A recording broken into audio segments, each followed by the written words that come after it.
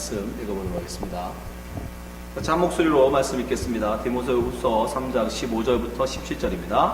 또 내가 어려서부터 성경을 알았나니 성경은 능히 너로 하여금 그리스도 예수 안에 있는 믿음으로 말미암아 구원에 이르는 지혜가 있게 하느니라. 모든 성경은 하나님의 감동으로 된 것으로 교훈과 책망과 바르게 함과 의로 교육하기에 유익하니 이는 하나님의 사람으로 온전케 하며 모든 선한 일을 하기에 온전케 하려 함이니라. 아멘. 오늘 교회로는 5번째 시간으로 성경을 배우는 교회라는 제목 갖고 말씀 나누겠습니다. 여러분, 우리가 계속 교회가 무엇인가를 배우고 있는데요. 여러분 기억하시죠? 교회의 5가지 기능, 교회가 꼭 감당해야 될 5가지 일이 있다고 말씀드렸습니다. 첫 번째 일이 뭐죠? 우리는 말씀은 믿음의 예수 그리스도를 고백하는, 예수 그리스도를 하나님으로 고백하는 그 신앙 고백 위에 교회를 세워나가는데 머리 대신 예수 그리스도와 우리의 5개의 지체가 하나의 교회를 세워나가는 것이라고 말씀드렸습니다. 첫 번째가 뭐죠? 예배, 그죠? 모든 궁극적인 목적이 예배입니다.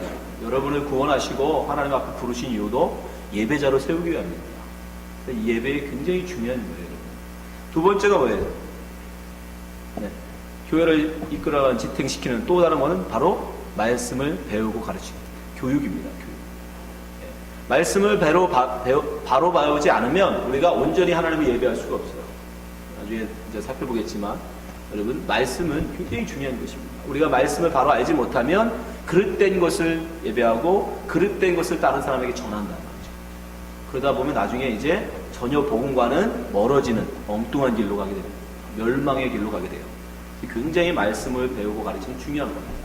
그리고 교회 성도 모두가 하나 되게 하는 교제, 교제. 그리고 우리의 말씀을 다른 사람에게 증거하는 전도, 그 다음에 다른 사람에게 예수 그리스도의 사랑을 나타내는 봉사. 이렇게 교회가 감당해야 될 것을 우리 5개.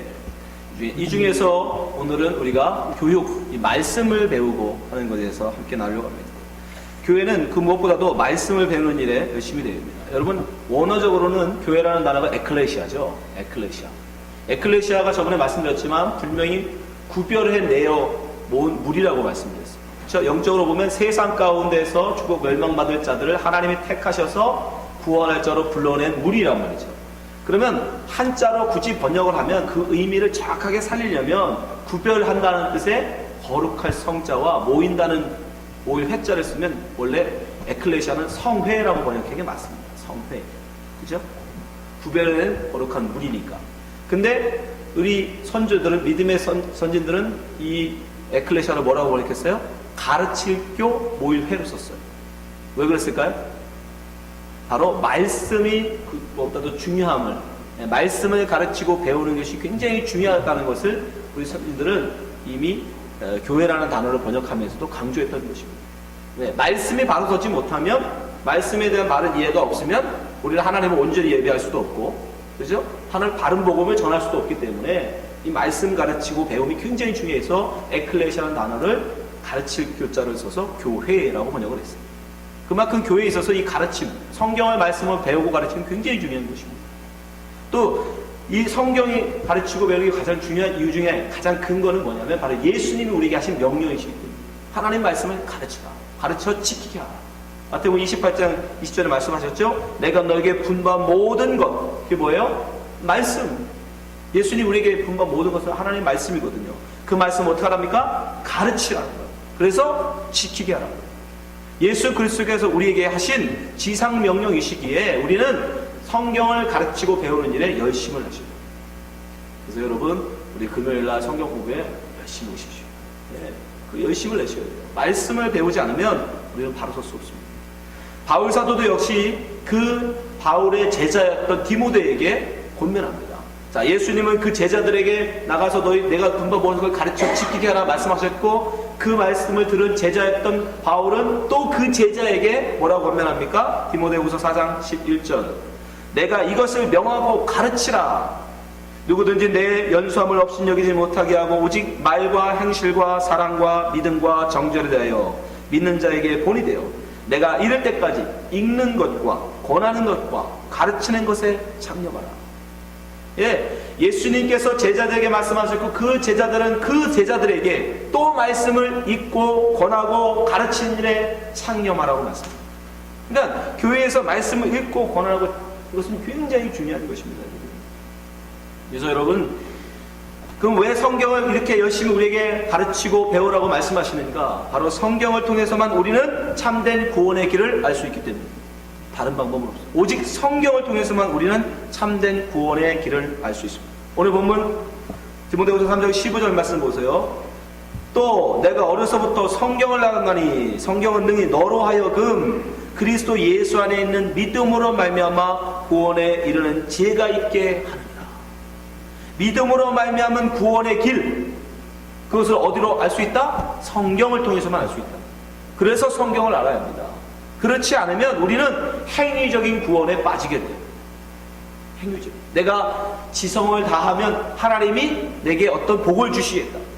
그런 자기 행위에 빠져버리게 돼요. 그러나 성경을 우리가 열심으로 공부하고 배우다 보면 나의 지성, 나의 정성, 나의 이런 행위가 중요한 것이 아니라 하나님의 사랑, 하나님의 은혜가 나로 구원을 얻게 하는 거구나.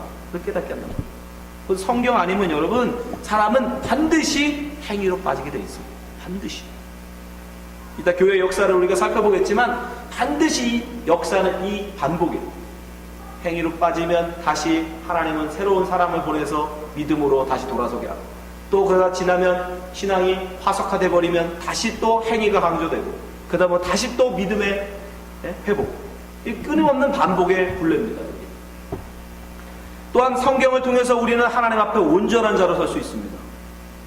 자, 16절 17절 말씀 보세요. 모든 성경은 하나님의 감동으로 된 것으로 교훈과 책망과 바르게 함과 의로 교육하기에 유익하니 이는 하나님의 사람으로 온전케 하며 모든 선한 일을 행하기에 온전케 하려 함이니라.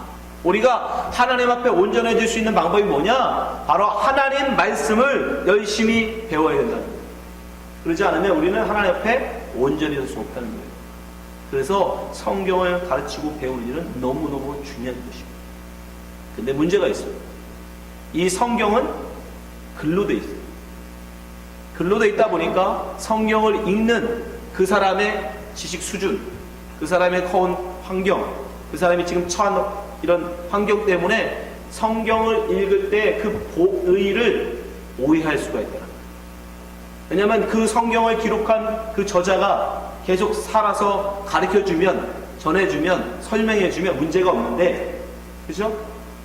그 말씀을 전하신 예수 그리스도께서 승천하셨기 때문에 그 말씀은 그저 글로만, 문자로만 존재하기 때문에 이 글을 읽는 사람마다 그 글을 해석하는 방법이 달라져 버렸다는 문제.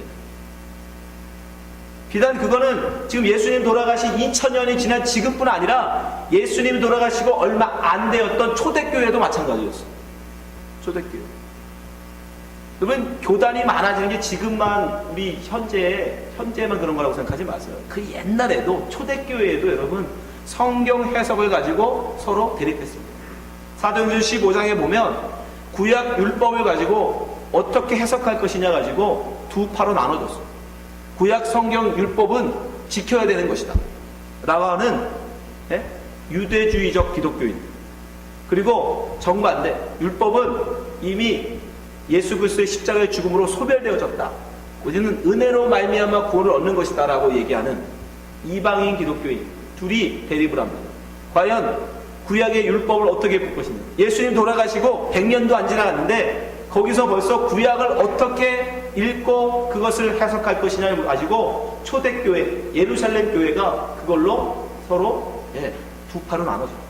그래서 결국은 예루살렘 회의의 모든 사도와 목사들, 각 교회의 리더들을 다 모아서 최종 결론을 봅니다. 공유회, 예루살렘 공유회라고 해요. 거기서 결론을 내요. 우리가 구약 율법을 어떻게 해석할 것이냐, 이거에 대해서 합의를 이루어요. 그게 사도행전 15장 6절입니다. 사도와 장로들이 이 일을 의논하려 모여 많은 변론이 있은 후에 베드로가 일어나 말하되, 형제들아, 너희도 알거니와 하나님이 이방인들로 내 입에서 복음의 말씀을 들어 믿게 하시려고 오래전부터 너희 가운데 나를 택하시고 또 마음을 아시는 하나님이 우리에게와 같이 저희에게도 성령을 주어 증거하시고 믿음으로 저희 마음을 깨끗게 하사 저희나 우리나 분간치 아니하셨느니라. 이거는 사도행전에 보면 베드로를 통해서 이방인이었던 로마 사람이었던 고넬료에게 복음을 증거하게 하시죠. 근데 놀라운 건 자기들에게 임했던 성령이 그 고넬료에게도 임하더라는 거예요. 그러니까 이제 그 고넬료를 기독교인으로 받아들이지 않을 이유가 없는 거예요. 거부할 이유가. 그래서 그들 기독교인으로 받아들여야 되는데 문제는 그런 이방인이란 말입니다. 율법에서 자유한 이방인. 과연 그에게 율법을 가르쳐야 되느냐 가르치지 말아야 되느냐 이 문제였던 거예요. 근데 지금 베드로가 얘기하는 거예요. 그가 지금 기독교인이 된 것이 율법을 우리처럼 열심히 지키고 따라서가 아니지 않느냐. 성령 받고 그가 기독교인이 됐는데 왜 그에게 다시 율법을 가르쳐서 지키게 해야 되느냐. 그 문제. 그래서 10절 그런데 지금 너희가 어찌하여 하나님을 시험하여 우리 조상과 우리도 능히 매지 못하던 멍에를 제자들의 목에 두려느냐. 우리가 저희와 동일하게 주 예수의 은혜로 구원받은 줄을 믿노라 하더라. 네. 그래서 율법은 구약율법을 우리가 지킴으로 기독교인 되는 게 아니다. 우리는 뭘로? 성령 받고 하나님의 은혜로 우리는 구원받는 것이다. 믿음으로 구원받는 것이다 라는 결론을 냈습니다. 네. 그래서 이제 마음 놓고 이방인들에게도 복음을 전하고 그들을 교회 멤버로 받아들이기 시작한 거죠. 근데 이 문제는 끊임없이 계속 대립합니다. 그렇게 합의가 됐다고 그동안 율법을 지켜오면서 기독교인이 됐던 유대인 기독교인들이 그냥 받아들였냐? 그렇지 않아요. 그래도 예수를 메시아로 믿는다 할지라도 율법은 지켜야 된다. 그래서 바울이 세우는 교회마다 계속 쫓아다니면서 그걸 강조했어요. 그래도 행위가 있어야죠. 믿으면 말로만 있으면 되냐? 그 따르는 행위가 있어야 됩니다. 그래서 바울은 사실은 바울 서신들은 다 그거에 대해서 아니다.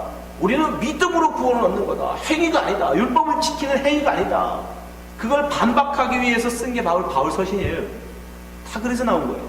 갈라디아서만 보겠습니다. 대표적으로 갈라디아 3장 1절 어리석도다 갈라디아 사람들아 예수 그리스도께서 십자가를 못 박히신 것이 너희 눈앞에 밝히 보이거늘 누가 너희를 꾀더냐. 내가 너에게 다만 이것을 알려하노니 너희가 성령을 받은 것은 율법의 행위로냐 듣고 믿음으로냐. 너희가 이같이 어리석으냐. 성령으로 시작하였다가 이제 육체로 마치겠느냐.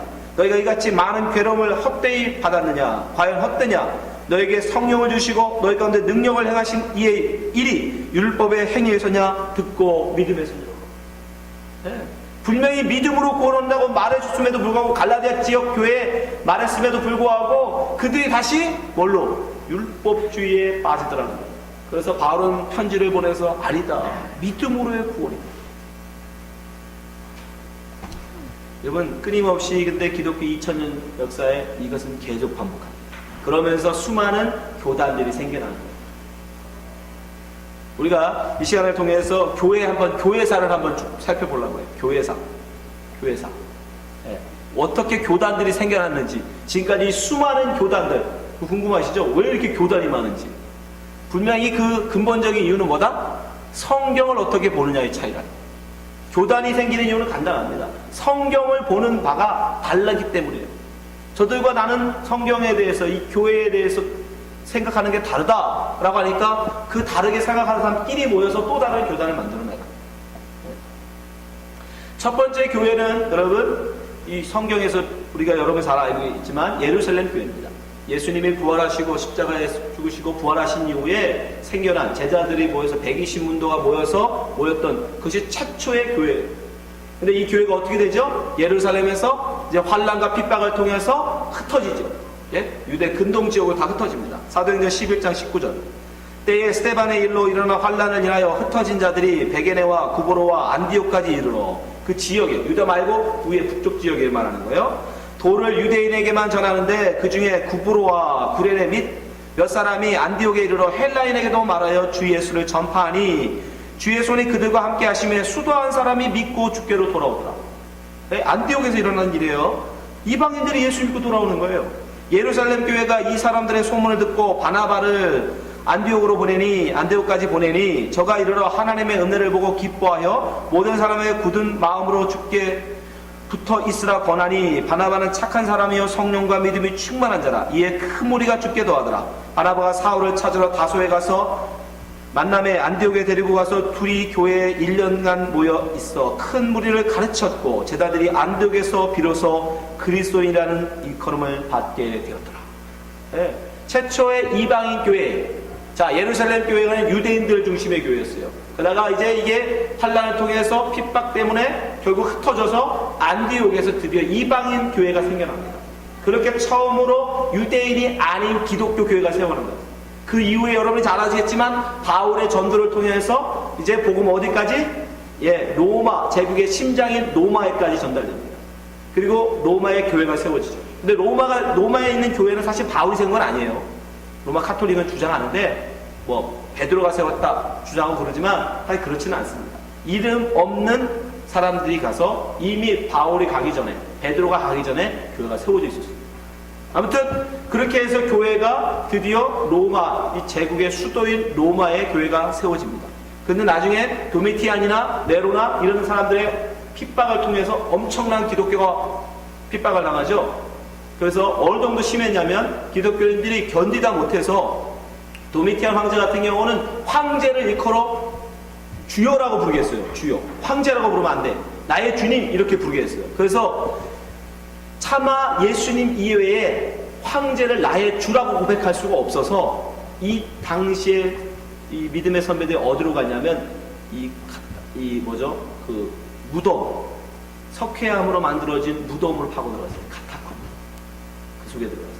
거의 3대가 거기 살았대요. 3대가. 거의 100년 이상 그 속에서 버텼어요. 그래서 거기 있는 사람들은 거의 80%가 문둥병에 걸렸대요. 햇빛을 보지 못해서. 심지어 거기서 나고 거기서 자라고 거기서 죽은 사람도 있고. 이유는 한 가지. 황제를 일컬어 나의 주라고 고백하기 싫어서. 오직 예수 그리스도만 나의 주님. 그거 고백하기. 그렇게 끔찍한 엄청난 고난, 환란을 그들이 이겨내죠. 그러다 나중에 결국 AD 313년에 가서 콘스탄티는 황제가 이 기독교를 공인해줘요. 로마의 정식 종교로 인정해줘요. 그러면서 콘스탄티도 교회 멤버가 되죠. 로마 교회. 그러면서 엄청나게 많은 사람들이 기독교를 거의 로마의 이제 국교가 되다시피 하죠.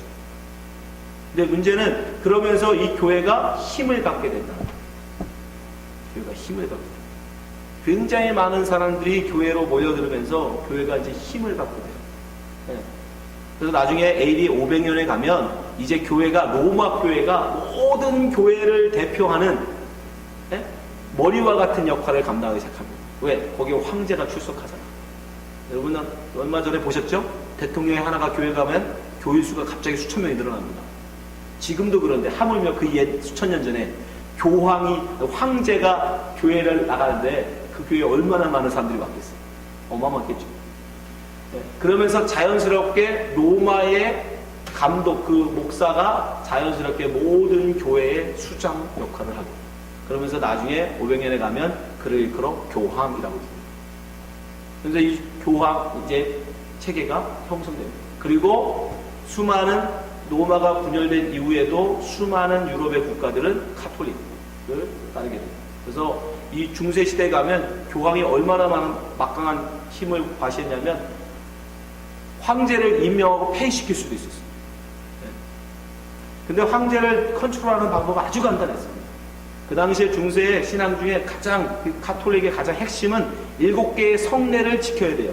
이 7개의 성례를 행하지 않으면 구원을 얻지 못합니다. 근데 그 중에 한 성례가 뭐냐면 성찬이에요. 성찬. 여러분은 한 달씩 먹고 계시는 이 성찬. 근데 성찬에서 뭐가 있어요? 떡을 먹는 게 있어요. 포도주는, 카톨릭에서는 포도주는 주지 않습니다. 왜냐하면 포도주는 예수 그리스도의 피로 변한다고 해서 한 방울이라도 흘리면 안 된다고 해서 포도주는 신부만 먹어요. 대신에 떡을 줍니다. 입에 넣어주는데 문제는 황제가 교황 말을 안 들으면 이 교황이 그 황제에게 성찬을 안 주는 거예요. 성찬을 안 주면 어떻게 돼요? 교리상. 자기는 구원받지 못해요. 그러니까 그걸 먹어야 되잖아. 그래서 이 교황 말을 듣지 않을 수가 없었어요. 심지어 어떤 그 황제는 3일 동안 눈밭에서 빌었어요. 제발 성찬을 먹게 해달라. 그 정도였어요. 그 중세에 그렇게 막강한 힘을 갖게 돼요. 그리고 가장 이 가톨릭의 문제는 뭐냐면, 신앙이 처음에는 믿음으로의 구원을 시작했는데 나중에 이것이 시간이 오래되면서 신앙에 여러분 화석화라는 게 있어요. 뭐냐면 신앙이 점점 무뎌지고 나중에는 형식만 남아버리는 거예요. 여러분 우리도 마찬가지예요. 여러분 생각해보세요. 예배 제가 저번에 열심히 설명했는데, 예배 그러면 여러분 제일 먼저 뭐부터 생각나요? 이거 생각나잖아요. 이것도 신앙의 화석화입니다. 여러분. 우리 예배 그러면 2시에 모여서 같이 찬송하고 성가대 특송하고 설교 있고 기도 헌금하는 거. 근데 여러분 그게 예배가 아니잖아요. 그죠? 그것만 예배가 아니란 말이에요. 근데 우리가 예배 그러면 이미 한국 기독교도 100년이 넘으면서 신앙의 화석화가 일어나기 시작하는 거예요. 네. 최초의 초대교회는 여러분 예배가 어땠어요? 매일 모여서 그죠? 떡을 떼고 말씀을 읽고 기도하고. 우리 한번 그렇게 할까요? 네. 초대교회는 그랬단 말이에요. 그게 그들은 예배였어요. 그게 신앙생활이었어요. 근데 지금 우리는 예배 그러면 주일날 2시 그것만 생각나요. 그것처럼 여러분 100년밖에 안 지난 지금도 이런데 가톨릭은 어떻겠습니까? 수백 년이 지나면서 이제 완전 형식만 남은 거예요. 그래서 그 형식 7개의 그 예식만 잘하면 구원을 얻는다고 생각해버려요. 그렇게 화석화돼, 신앙이 화석화돼 버려요. 그러다가 나중에는 심지어 어느 정도까지 갔냐면 성도들에게 성경도 못 읽게 했어요. 성경도. 그래서 온리 성경을 라틴어로만 읽고 자국어로 번역하지 못하게 했어요. 성도들이 읽을 수 없도록. 그리고 성경은 오직 신부들만 읽었어요. 신부들만. 그러니까 성도들이 성경이 없다 보니까 그 자기 나라 말로 된 성경 번역이 없다 보니까 성경을 읽을래 읽을 수도 없는 거예요. 그리고 모든 미사는 오직 라틴어로만 진행하게 했어요. 그러니까 성경에 오직 이 번역, 그 성경에 대해 해석의 권위는 유일하게 교황에 있다라고 그들은 주장했어요. 그래서 다른 사람이 자의적인 성경의 해석을 용납하지 않았어요. 그러다 보니까 신앙이 당연히 어떻게 돼요? 네, 거기던 반론이 없잖아요. 그러니까 1000년이 넘도록 1517년 종교개혁이 일어날 때까지 가톨릭은 그릇된 신앙 안에서 계속 그 행위로만 성례를 통해서 구원을 계속 이야기할 수 있었던 거예요. 그러다 나중에 결국 뭐까지 가요? 면죄부까지 나가죠. 면죄부는 뭐냐면 여러분, 네가 이 땅에서 열심히 헌금하면 면죄부라는 걸 팔았어요. 티켓. 그 면죄부를 네가 사면, 이건 헌금을 하면 연옥에 있는 네 부모가 천국으로 갈 수 있다라고 하는 거예요. 쉽게 얘기하면 돈으로 천국 티켓을 판 거예요. 돈으로 천국 티켓. 그래도 누구 하나 그거에 대해서 반론할 사람이 왜? 성경을 모르니까. 성경을 모르니까 신부가 그러면, 교황이 그러면 그런가 보다. 맹목적으로. 아는 게 없으니 어떡합니까? 맹목적으로. 사실 미사도 자기들이 쓰지도 않는 라틴어로 하고 있는데 무슨 말인지 알겠는 거예요. 남들 일어나면 같이 일어나고 앉으면 앉고 나가서 떡 받아 먹고 같이 떡 받아 먹고. 네. 가톨릭이 그렇게 완전히 신앙에 화석화되고 형식만 외형만 나중에 면죄부를 팔게 되고, 면죄부도 왜 팔았냐면 지금 이태리 로마에 있는 요한 바오로 성당을 짓기 위해 돈이 모질라서 사실 그 돈을 마련하기 위해서 팔고, 그다 사제였던 이 신부였던 이 루터가 도저히 더 이상은 그건 말도 안 되잖아요. 돈으로 천국 티켓을 판다는 건 도저히 있을 수 없는 일이에요. 그래서 결국은 1517년 10월 31일 95개 주의 질문을 교황청에 묻죠. 과연 이런 신앙이 옳으냐. 그러면서 그 반박문을 딱 붙이면서 비텐바르크 성당에다가 루터가 딱 붙이면서 드디어 종교개혁이 일어납니다. 이 루터가 그래서 제일 먼저 한 일이 뭐냐면, 종교개혁 반박을 내고 나서 제일 먼저 한 일이 뭐냐면, 독일 사람이거든요. 독일어로 성경을 번역하는 일이었어요. 그게 처음으로 번역한 거예요, 여러분. 독일어. 다른 나라 성경으로 처음으로 번역된 게 바로 독일어 성경이에요. 그래서 종교개혁의 이 부시였던 루터가, 시작했던 루터가 가장 이 개신교에 큰 영향력을 행할 중에 하나가 뭐냐면 자국어로 성경을 번역하게 했다는 거예요. 그래서 칼빈도 프랑스 사람이거든요. 프랑스어로 성경을 번역합니다. 굉장히 많은 그 이후에 많은 나라들에서 개혁 이 신앙을 지지하는 사람들이 자국 나라로 성경을 번역해요. 영국도 마찬가지죠. 그래서 킴 제임스가 사람들을 모아서 성경학자들을 모아서 영어로 번역시킨 성경이 킴 제임스 버전이에요. 그때 일어난 거예요. 이게 루터로 말미암아 시작된 거예요. 그 전까지는 성경을 읽을 수 없었어요. 그렇게 이제 성경을 자국어로 번역해서 읽다 보니까 사람들 어떻게 해요? 아, 정말 잘못 가고 있었구나. 그게 바른 게 아니구나. 그러면서 이제는 문제는 그다음부터 봄물 터져나오듯이 새로운 교회들이 생겨나기 시작했어요. 그래서 루터를 중심으로 한 루터교, 칼빈을 중심으로 한 장로교. 근데 칼빈은 기독교에 또 하나 혁혁한 공을 세웠죠. 그게 뭐예요? 신학. 칼빈의 신학. 믿음으로 말미암아 우리는 구원된다라는 칼빈의 신학은 굉장히 지금까지도 우리에게 영향을 줍니다. 그리고 장로교의 또 하나의 개신교의 영향은 뭐냐면 대의 정치라는 거예요. 여러분, 루터는 사제였어요. 신부였어요. 캐톨릭은 어떤 구조예요? 피라미드 구조예요. 교황이 지시하면 저 아래 지역, 저 시골에 있는 성당에까지 전부 다 일괄적으로 딱 상명하복, 위에서 교황이 지시하면 모든 게 저 끝에까지 전달되는 그런 시스템이었어요. 근데 루터교도 이 시스템을 벗어나지 못합니다. 근데 장로교는 반대예요. 반대로. 밑에서부터 상향식, 위에서부터 아래로가 아니라 아래서부터 위로. 그래서 대의정치. 교회 성도들이 자기의 의견을 대신해서 전달해줄 대의원을 선출해요. 그 뭐예요? 장로라고 하죠. 그들이 모여서 교회에 운영을 하고 또 그 교회는 그 교회의 대표를 또 뽑아서 그 위에 전체 지역 모임인 노회 대표로 파송하고 그 노회는 또 대표를 뽑아서 전체를 결정하는 총회로 파송하는 이런 시스템. 그 처음으로 장로교에 그래서 위에서부터 아래로 전달이 아니라 밑에서부터 교회의 의견이 우위로 전달되는 그런 대의 정치를 처음으로 장로교가 시작합니다. 그리고 근데 문제는 이 루터교나 카톨릭은 말할 것도 없고 루터교나 장로교가 근데 문제가 있습니다. 한 가지 큰 문제를 갖고 있었는데 그게 뭐냐면 국교회주의라는 거예요. 국교회주의. 이건 뭐냐면 그 나라는 하나의 종교를 국교로 택해야 된다는 거예요. 국교로. 그래서 이 문제가 굉장히 심각한 이유가 뭐냐면 왕이 만약에 영국 같은 경우 그런 일이 굉장히 심했는데 왕이 만약에 나는 카톨릭을 해도 좋아. 내가 계속 지켜온 거니까 난 카톨릭 할래. 그러면 그날부로 개신교들은 다 쫓겨나는 거예요. 영국에서 나가야 돼요. 안 그러면 다 죽는 거예요. 반대로 왕이 야 내가 보니까 개신교가 더 오는 것 같다. 개신교가. 그래서 왕이 만약에 개신교를 개종하잖아요. 그럼 그날부로 뭐예요? 이제 카톨릭은 다 쫓겨나는 거예요. 아니면 죽든지. 그러니까 왕이 뭐에 따라서 아니면 성이면 성주, 귀족이 뭘 믿냐에 따라서 그 밑에 백성들은 죽어나는 거예요. 그래서 결국은 신교와 이 개신교가 전쟁을 하죠. 서로. 왜? 살아남아야 되니까. 그 국교로 채택이 돼야 되니까. 그렇지 않으면 다 추방이니까. 그래서 일어나는 게 종교전쟁 30년 동안 그거 갖고 싸우고. 그래서 영국은 결국은 두 개를 합쳐버려요. 외형은 성내는 카톨릭, 내용은 개신교. 그래서 만들어진 게 영국에서 만들어진 성공회입니다. 성공. 그래서 성공회는 겉으로는 옷도 신부처럼 입고 똑같아요. 예배 형식도 되게 비슷합니다. 근데 내용은 개신교를 받아들여요. 그래서 성공회라는 게 만들어요. 영국에 있는. 근데 그 성공회도 역시 영국의 국교예요. 그래서 이 국교는 별로 좋지 않다. 개인의 신앙은 국가가 간섭할 일이 아니다. 제 종교의 자유를 달라. 그래서 그들은 외쳤던 파 중에 하나가 제친네파라는 사람들이 있었어요. 제친네파.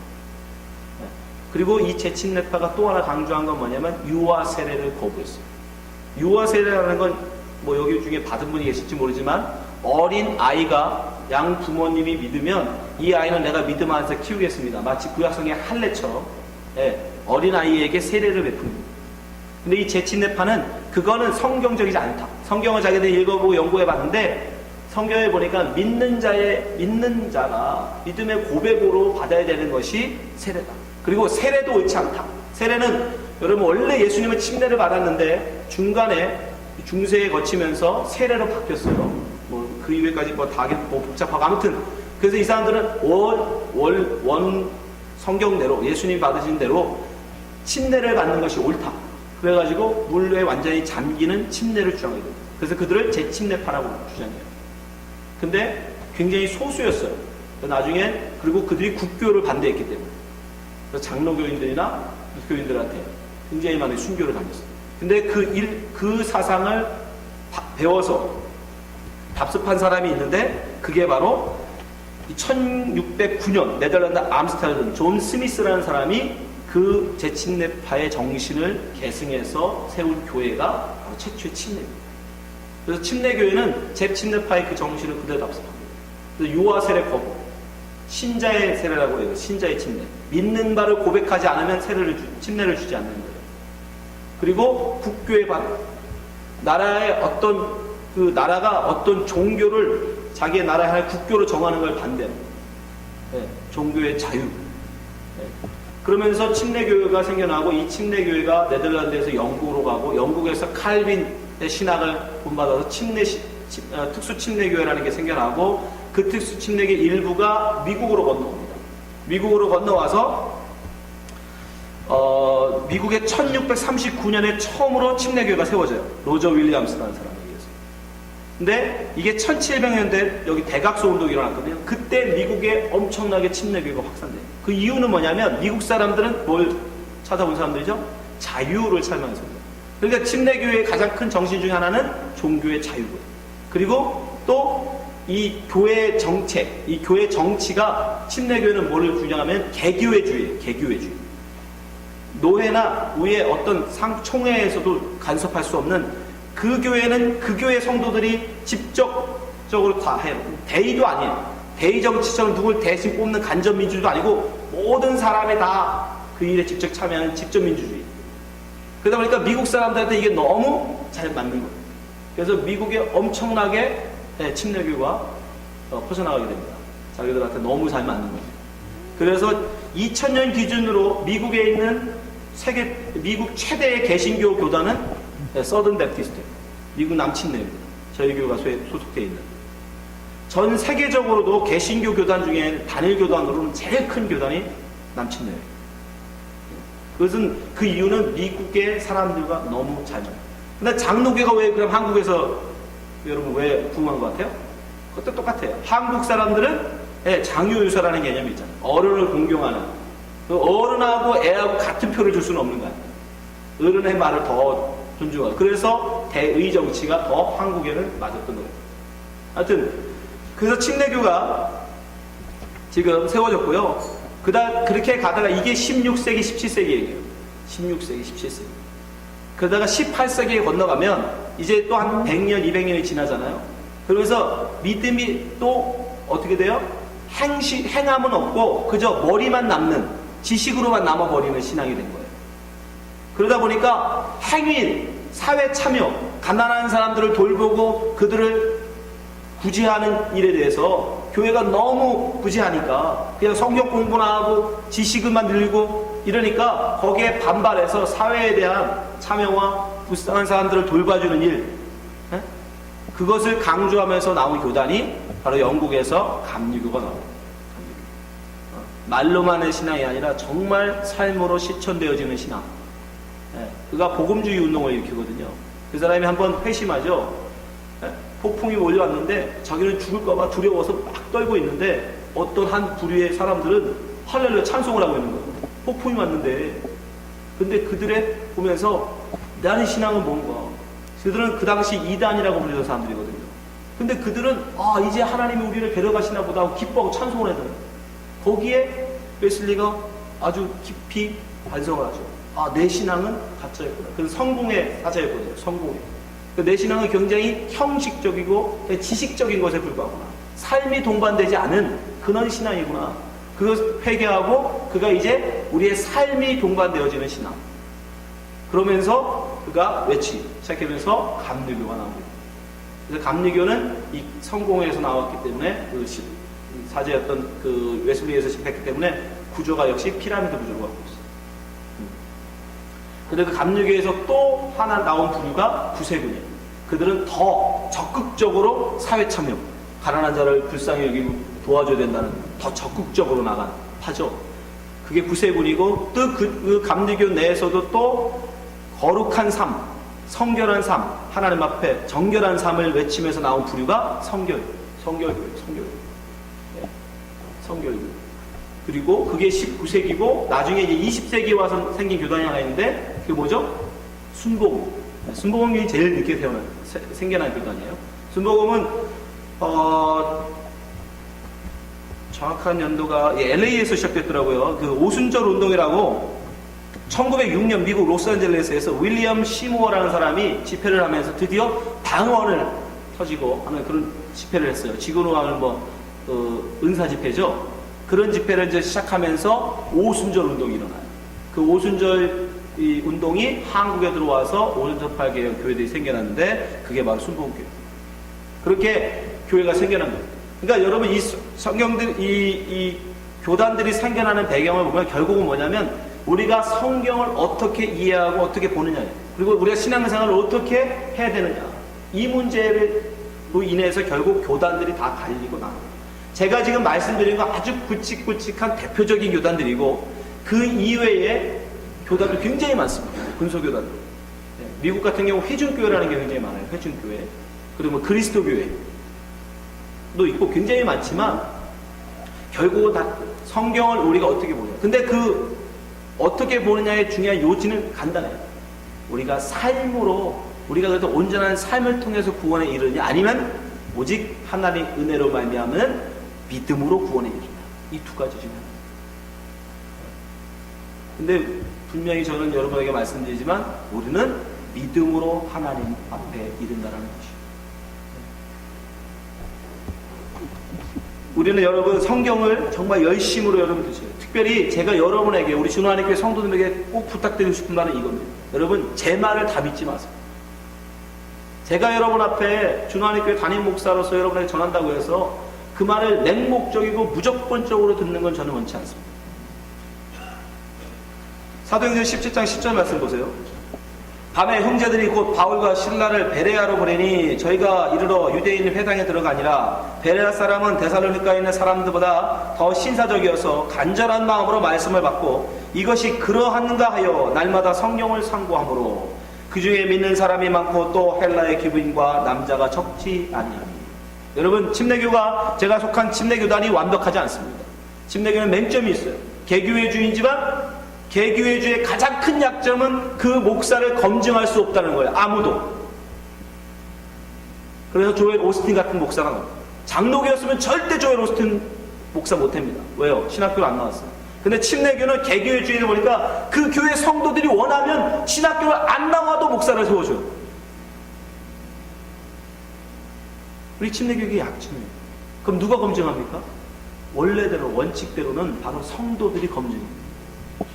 여러분이 제가 말씀을 증거하면 정말 그 말씀이 그러한가 하여 여러분이 집에 가셔서 말씀을 상고하셔야 된다고요. 당연히 좋은 말이겠지, 당연히 맞는 말이겠지. 아니요, 저도 그릇된 길로 갈 수 있거든요.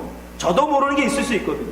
그러니까 여러분들은 말씀이 그러한가 하여 말씀에 가서 상고하시고 찾아보시고 읽어보시고, 그래서 질문이 있으면 질문하시고, 그래야 제가 엉뚱한 길로 딴 길로 안 간다고요. 그렇지 않으면 침례교는 몰락합니다. 헛소리하게 돼 있어요. 왜? 아무도 간섭 안 해요. 여러분 제가 여기서 헛소리해도 우리 지방에서 저한테 아무도 뭐라 하지 않습니다. 그게 우리 침례교단의 맹점이에요. 그러니까 여러분이 정신 안 차리면 준호하는 교회는 딴 길 2단, 3단, 5단 빠질 수 있어요. 여러분 2단이 엄청나게 다른 게 아닙니다. 여러분. 아주 조그만 0.1%만 달라져도 2단이 됩니다. 여러분들이 성경 말씀에 민감하지 않아요. 말씀을 날마다 읽고 상고하며 말씀을 여러분 공부하지 않으면 여러분 목사 헛소리 할 때 여러분 아멘하고 쫓아갑니다. 침례교는 그렇지 않아요. 우리 침례교는 만인 재산주의를 지향합니다. 목사와 여러분이 다르지 않아요. 그거는 카톨릭적 신앙, 목회자, 평신도 그런 게 어딨어요. 우리는 모두가 주님 안에서 다 한 형제요, 한 제사장들이에요. 여러분 자신도 다 말씀을 증거할 수 있는 수준까지 올라가야 정말 참된 침례교예요. 침례교는 누구라도 말씀을 증거할 수 있는 수준이 되어야 돼요. 그러려면 여러분 말씀 공부하시고 열심히 말씀을 읽으시고, 제가 여러분한테 성경을 읽으라고 하는 건 내가 성경 몇 번 읽었다가 아니에요. 정말 말씀을 알고자 함으로 읽으셔야 돼요. 간절함으로. 그렇지 않으면 우리 교회는 무너집니다. 목사라고 완전할 수 없습니다. 저라고 온전히 복음 안에서 10개 잘하다가도 하나 빠질 수 있는 거예요. 여러분이 그럴 때 지적하셔요. 목사님 그건 아니지 않습니까? 말씀 가지고 성경 가지고.